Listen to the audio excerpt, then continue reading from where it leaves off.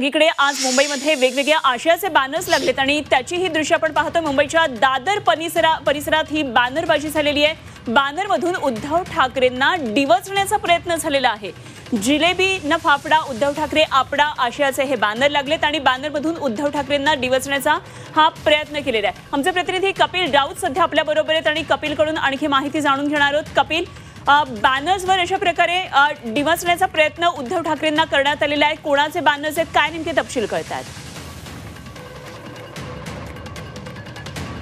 अधिकारी आता यायला सुरुवात झालेली आहेत, परंतु चोख पोलीस बंदोबस्त या ठिकाणी दिसत आहे। त्यामुळे आता ह्या मेळाव्यानंतर सुरुवात झाल्यानंतर राज ठाकरे काय बोलणार, उद्धव ठाकरे काय बोलणार याकडे सर्वांचं लक्ष लागलेलं आहे। कारण की ही जी समीकरणं आहेत, ही समीकरणं फक्त ह्या मराठी भाषेपुरता किंवा ह्या मेळाव्यापुरता आहेत का येणाऱ्या मुंबई महानगरपालिका इलेक्शन असतील किंवा येणाऱ्या राजकीय गणित आहेत त्याच्यामध्ये ही समीकरण जुळतील का याकडे सर्वांचं लक्ष आहे। Video journalist Nilesh Kapil Raut, Zee media, Mumbai.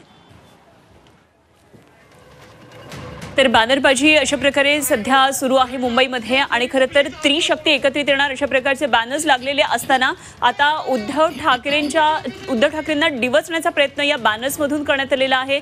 आणि यामध्ये उद्धव बाळासाहेब ठाकरे यांच्या काय काय नेमक्या भूमिका होत्या या बॅनर्समधून लावण्यात आलेल्या आहेत। त्याचप्रमाणे आदित्य ठाकरे वरळीमध्ये ज्यावेळी प्रचार करत होते त्यावेळी गुजराती भाषेतून लिहिलेल्या काही आशय आणि आदित्य ठाकरे कशा प्रकारे हात दाखवत आहेत, मतदारांना आवाहन करतात ते सुद्धा यामध्ये लिहिण्यात आलेलं आहे। सध्या मराठीचा मुद्दा चांगलाच चर्चेत आहे, त्यावरून कालपासून एक वेगळाच वाद सुद्धा सुरू झालेला आहे आणि त्यामुळे या अशा बॅनरमधून कुठेतरी एक प्रकारे डिवचण्याचा प्रयत्न सुद्धा करण्यात आलेला आहे।